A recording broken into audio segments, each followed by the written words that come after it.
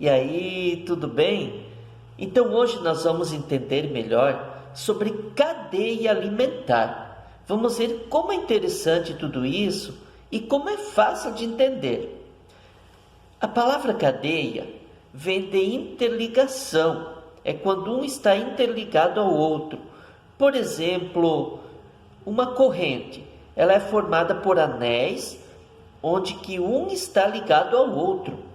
Se um anel arrebenta, a corrente se divide. Agora, quando todos estão interligados, a corrente fica inteira.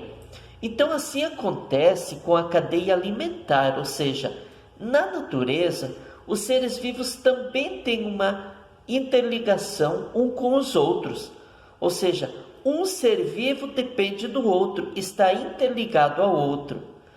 Então, falando de cadeias alimentares, tudo começa pelos produtores. E nós já aprendemos que os produtores são as plantas. Por quê? Porque a planta, ela produz o seu próprio alimento. Por isso é chamada de produtor. Através da luz do sol, que ela realiza a fotossíntese, né? Mas ela também precisa do gás carbônico, da água, dos sais minerais, do solo. Tudo isso faz com que ela produza seu próprio alimento, que é uma espécie de glicose, uma espécie de açúcar, que a planta produz utilizando a clorofila, que é a cor verde que ela tem na folha, utilizando o gás carbônico, a água e a luz do sol. Então isso na fotossíntese que a gente já estudou um pouco. Por isso é que as plantas são consideradas os produtores na cadeia alimentar, porque ela não vai em busca de alimento, ou seja, ela não sai do lugar em busca de alimento como os animais fazem, como nós fazemos. Então, nós somos consumidores, os animais são consumidores, porque eles não podem ficar parados. O corpo do animal, dos seres humanos, não produz o seu próprio alimento. Nós temos que sair em busca de alimento. Já a planta não, por isso que a planta fica paradinha no solo, né? Porque ela produz o seu alimento. Então, falando em consumidores, que são os animais, nós temos os consumidores primários. Quais são? São os animais que se alimentam diretamente da planta. Então, ele é primário porque é o primeiro consumidor, ou seja, o primeiro animal a se alimentar diretamente do produtor, que são as plantas. Então, consumidor primário, eu vou dar um exemplo, o boi, porque ele se alimenta diretamente do capim, da grama. O gafanhoto, porque ele come a folha da planta. Então, esses são primários, eles se alimentam diretamente da planta. Já os consumidores secundários são os consumidores que se alimentam de um animalzinho que era primário. Por exemplo, o gafanhoto que eu dei como exemplo é primário.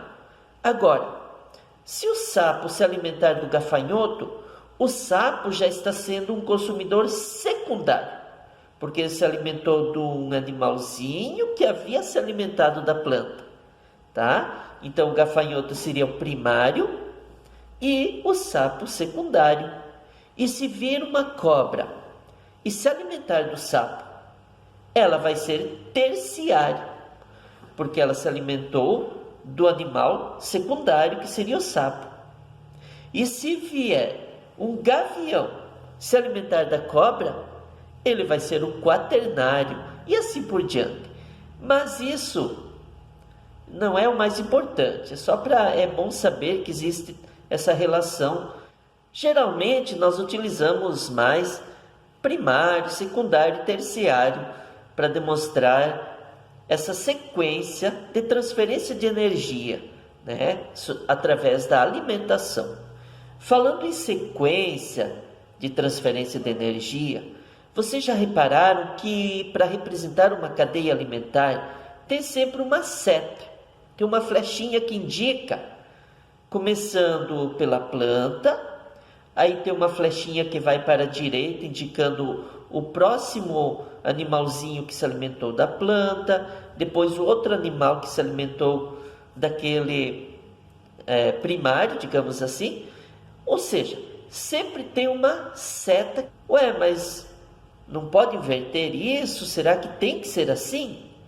Não pode ser, por exemplo, a setinha da aranha para a mosca? Que a aranha come a mosca? Não. Não poderia ser do gafanhoto para a planta? Também não. Por quê? Porque esta seta, ela indica o quê? Ela indica a transferência de energia. Não é o predador, a presa, não. Esta seta indica transferência de energia. Então veja, vamos analisar essa cadeia aqui. Eu vou colocar uma planta sempre, em primeiro lugar, tem que começar pela planta. Eu vou colocar um pé de milho e depois o gafanhoto. Então veja, a energia que o pé de milho, que a planta gerou, que ela produziu, porque ela é produtor, essa energia vai para o corpo do gafanhoto. Uma parte, né, dessa energia que estava no pé de milho, na folha, que o gafanhoto comeu, transferiu essa energia para o gafanhoto. Quando vem o sapo e come o gafanhoto, então o que acontece? A energia que estava no corpo do gafanhoto passa para o organismo do sapo. Então veja, passou do milho para o gafanhoto, do gafanhoto para o sapo, e se vir uma cobra se alimentar desse sapo, então a energia que estava no corpo do sapo passa para a cobra. Essa energia são os sais minerais, são os nutrientes que a gente adquire através da alimentação, que os seres vivos adquirem através da alimentação. E agora veja, o consumidor primário, aqui neste caso seria o gafanhoto, ele também é chamado de herbívoro. Por quê? Porque ele se alimenta especificamente de plantas. Então eles são chamados herbívoros. Já o animalzinho que se alimenta desse outro inseto, digamos, o sapo, por exemplo, ele já é considerado carnívoro, porque ele se alimenta de outro animal. Então, por isso que o leão, a onça, esses grandes predadores também, o jacaré, são considerados carnívoros, porque eles se alimentam de outros animais. Mas é bom lembrar também que nós temos animais que se alimentam tanto de planta quanto de outros animais. O porco, por exemplo, ele pode se alimentar tanto de milho, quanto ele pode matar um outro animal, como uma galinha, por exemplo, e se alimentar dela. A galinha pode comer também o milho, que é a planta, porque o produtor, que é a planta, não é só a folha, é quem se alimenta do fruto, da flor, da folha, da raiz, ou qualquer parte da planta. Então a galinha, por exemplo, que se alimenta do grão do milho, ela poderia ser considerada aí consumidor primário. Mas ela também pode se alimentar, digamos, de um inseto ou até da minhoca. A minhoca é um animalzinho que estava se alimentando da folha da planta que está misturada ao solo. Então, neste caso, a minhoca seria o consumidor primário e a galinha seria já o secundário. Então, neste caso, a galinha se alimenta tanto de plantas quanto de animais, o porco também, nós seres humanos também. Então, como que somos classificados? Herbívoros? Não, porque não se alimenta só de plantas. Carnívoros? Também não, porque não se alimenta somente de outros animais. Então, quem se alimenta tanto de planta quanto de outros animais é considerado onívoro, certo? Então, nós seres humanos, como dei o exemplo, o porco, a galinha e outros, muitos outros animais, são considerados onívoros, tá? Porque pode se alimentar tanto de plantas quanto de outros animais, mas nem todos os animais são assim, tá? Existem aqueles que são somente carnívoros e aqueles que são somente herbívoros, tá bom? E os decompositores? Os decompositores têm um papel fundamental também na cadeia alimentar. Aliás, eles são necessários para que haja toda essa relação entre os seres vivos. Porque quando um animal morre, ou quando uma planta morre, ela não vai ficar anos e anos ou milhões de anos em cima do solo, não.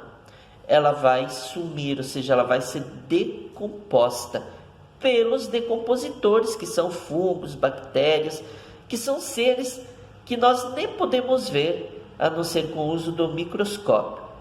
Mas o papel deles é importantíssimo.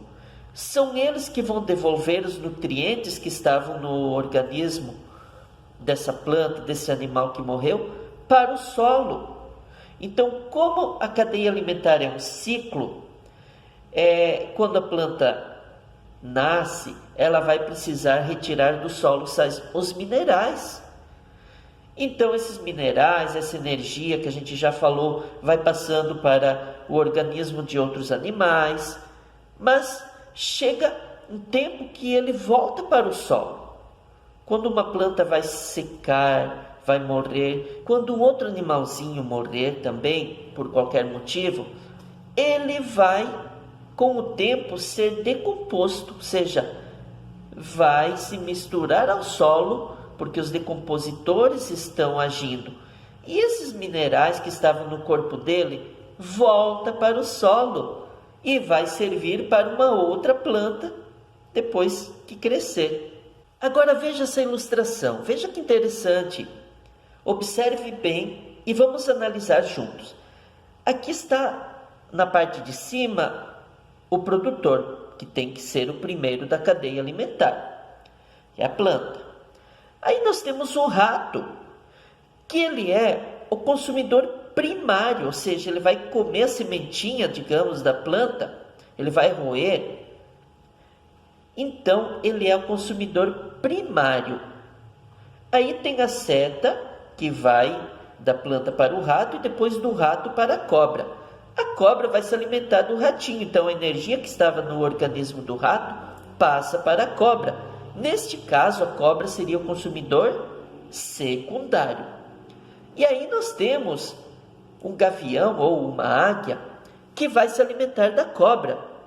E veja que a seta está indo também da cobra para a ave, porque a energia que estava no corpo da cobra passa para a ave. Mas observe também que em todos eles tem uma flechinha, uma seta que indica diretamente ao decompositor. Ali o cogumelo representa os decompositores. Por que cada um tem uma seta indicando para o decompositor? Porque se algum desses seres morrer, se o ratinho morrer antes da cobra se alimentar dele, por exemplo, ele vai sofrer a ação do decompositor. Se um galho da árvore ou a folha que cai no chão, se a árvore morrer, ela vai sofrer a ação dos decompositores, ela vai ser decomposta. Ou seja, todos eles podem sofrer a ação dos decompositores. E aí os nutrientes que estão no organismo de cada um deles volta para o solo e vai ser absorvido por uma outra planta se nascer aí, certo? Então, existe uma relação, tá? Entre eles. Veja só, uma relação entre todos eles. Esta é a cadeia alimentar que a gente mostrou no início, que um depende do outro, que um está interligado ao outro. Então agora, para encerrar esse vídeo, essa aula, eu gostaria de fazer umas perguntas e que você procurasse responder, para ver se você entendeu alguns fatos importantes sobre a cadeia alimentar. Então, a primeira pergunta é esta: por onde deve começar uma cadeia alimentar? E aí? Tem certeza? por onde deve começar a representação de uma cadeia alimentar? Quem respondeu pela planta ou pelos produtores está correto, porque toda a cadeia alimentar deve iniciar pela planta. Ela é o início, ela é o produtor de energia, e aí depois vai transferindo energia para os demais consumidores. Segunda pergunta, vamos fazer aqui uma cadeia alimentar aquática, que não foi falado, mas é interessante. Na água também existe a cadeia alimentar, sim. Então veja, vou colocar aqui um peixe maior, seria a taraíra, um peixe menorzinho, que é o lambari, e a plantinha ou a frutinha dentro da água que o lambari se alimenta. Eu posso representar dessa forma, com a seta indo do peixe maior, que é a taraíra, para o peixe menor, do lambari para a plantinha aquática ou a frutinha. Eu posso representar a seta dessa forma, que o peixe grande come o pequeno e o peixe pequeno se alimenta da plantinha. Posso representar assim? Se você respondeu que não, você acertou. Se respondeu que pode, preste atenção que eu já falei sobre isso.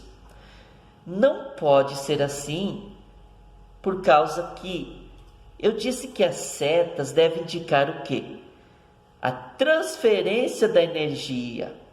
Não é o predador e a presa, não. Então veja, a energia da plantinha que está lá dentro da água, da frutinha, a energia da planta, do produtor, passa para o peixe pequeno, o lambari. Aí a energia que estava no corpo do lambari passa para o corpo da taraíra quando ela se alimenta dele, tá? Importantíssimo. Cuidado, a seta sempre parte do produtor para o consumidor, primário, secundário, terciário e assim por diante, tá bom? Isso é bem importante, certo? E a última pergunta de hoje. Eu vou colocar mais uma cadeia alimentar para você analisar. Observe. Aqui nós temos a planta, a flor. Aí temos a abelha que se alimenta do néctar da flor. Aí nós temos o sapo que se alimenta da abelha. Nós temos aqui também o decompositor, fazer uma cadeia um pouco menor. Veja, a planta, a flor, a abelha, o sapo e para finalizar o decompositor. Mas vocês viram que aí junto com a planta tem o sol. O sol tem uma importância muito grande para toda essa cadeia alimentar, para toda a natureza. Qual a importância do sol? Pense um pouquinho. Por que ele é tão importante? Por que foi mostrado nesta foto o sol também? Qual a importância do sol numa cadeia alimentar? Pensou? Já sabe qual é? Então, se você falou que o sol é necessário para que a planta produza seu alimento, para que a planta faça a fotossíntese, então você respondeu corretamente. O sol é necessário para as plantas produzirem o seu alimento, certo? Afinal, elas só conseguem produzir o seu alimento se tiver a luz do sol para fazer a fotossíntese. Valeu? Gente, nós estamos envolvidos nessa cadeia alimentar. Nós nos alimentamos todo dia. E os alimentos que nós ingerimos estão presentes nessa cadeia alimentar. Seja carne, seja verdura, seja fruta, qualquer alimento que nós ingerimos foi tirado, ou da planta, ou do animal. Então, nós estamos inseridos nessa cadeia alimentar, mas toda a natureza está envolvida. Veja a importância. O ecossistema, para ser equilibrado, tem que ter uma relação de equilíbrio entre os seres vivos, tá? Porque se eu destruísse as plantas, os animais iriam morrer também, certo? Porque daí vai faltar alimento. Desde a menor plantinha, o menor inseto, né, o menor animalzinho até os maiores, todos precisam estar em equilíbrio, porque um é importante para o outro. Aquele animal tão pequenininho, ele vai servir de alimento para outro um pouco maior e assim por diante. Aquela plantinha, por menor que seja, ela vai servir de alimento para alguém. E precisamos ter essa consciência de que as plantas e os animais precisam um do outro e precisam ser preservados para que haja um equilíbrio na natureza, certo? Quando a gente vê um desequilíbrio, é por causa que houve uma falha nessa cadeia alimentar. Quando nós vemos uma nuvem imensa de gafanhoto destruindo tudo pela frente, é porque faltou o predador desses gafanhotos. E eles se multiplicaram demais. E aí não tem controle. Então, se a gente pensar assim, eu vou matar as cobras, porque são animais peçonhentos, são perigosos.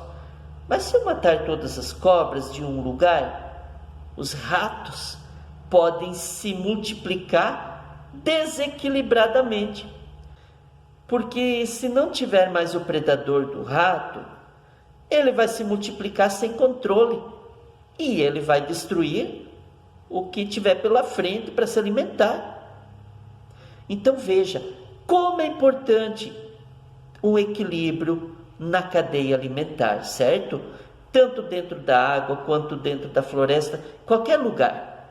É preciso haver uma relação de equilíbrio. Por isso nós temos que cuidar de todas as espécies, porque todas são importantes na cadeia alimentar, no meio ambiente, no nosso mundo, tá bom?